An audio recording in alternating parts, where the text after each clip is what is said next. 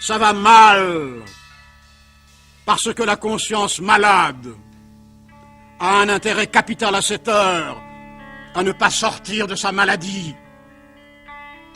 C'est ainsi qu'une société tarée a inventé la psychiatrie pour se défendre des investigations de certaines lucidités supérieures, dont les facultés de divination la gênaient.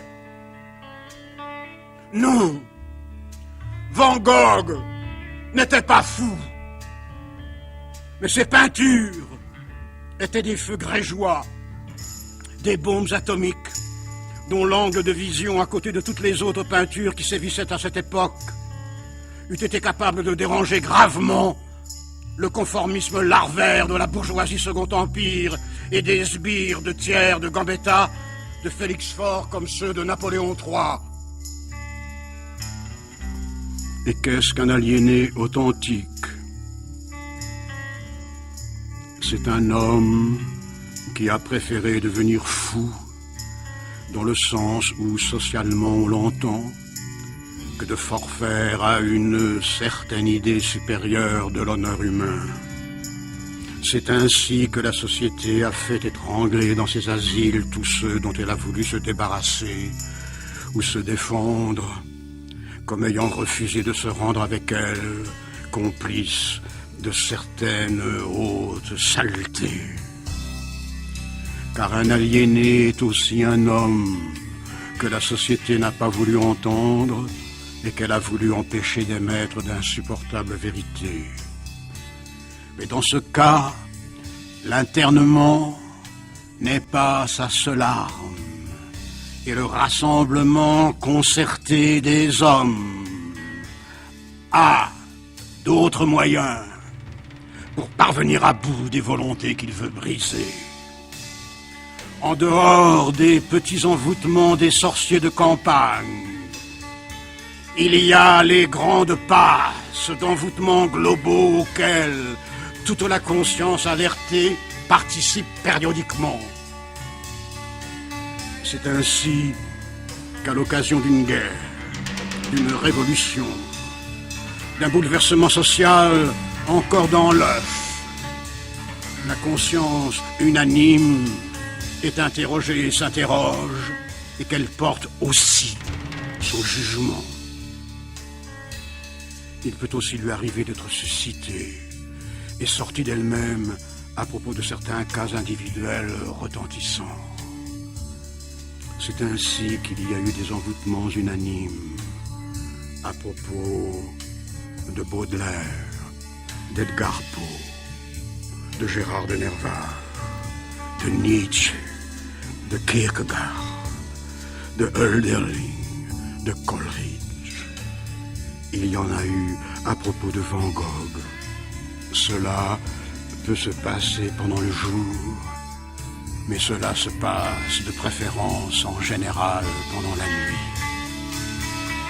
C'est ainsi que d'étranges forces sont soulevées et amenées dans la voûte astrale, dans cette espèce de coupole sombre que constitue, par-dessus toute la respiration humaine, la venimeuse agressivité du mauvais esprit de la plupart des gens.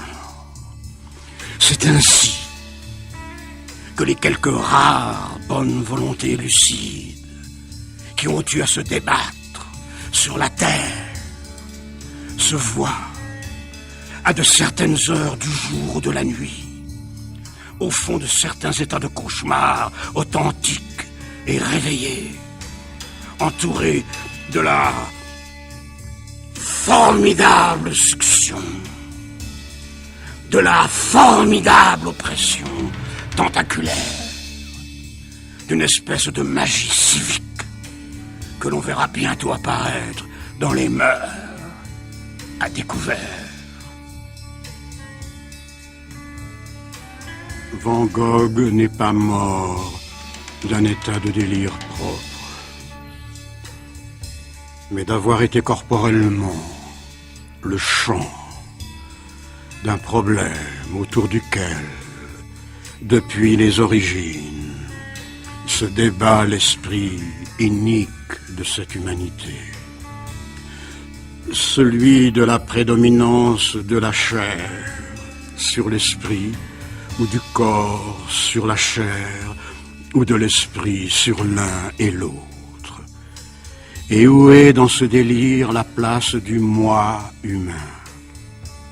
Van Gogh chercha le sien pendant toute sa vie avec une énergie et une détermination étranges. Et il ne s'est pas suicidé dans un coup de folie, dans la transe de n'y pas parvenir, mais au contraire, il venait d'y parvenir et de découvrir ce qu'il était et qui il était, lorsque la conscience générale de la société, pour le punir de s'être arraché à elle, le suicida. Et cela se passait avec Van Gogh comme cela se passe aujourd'hui d'habitude à l'occasion d'une partouze, d'une messe, d'une absoute ou de tel autre rite de consécration, de possession, de succubation ou d'incubation. Elle s'introduisit donc dans son corps, cette société absoute, consacrée, sanctifiée et possédée, effaça en lui la conscience surnaturelle qu'il venait de prendre.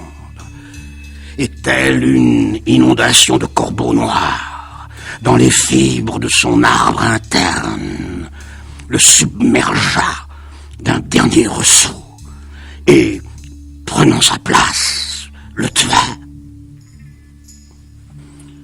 Car c'est la logique anatomique de l'homme moderne de n'avoir jamais pu vivre ni penser vivre qu'en posséder.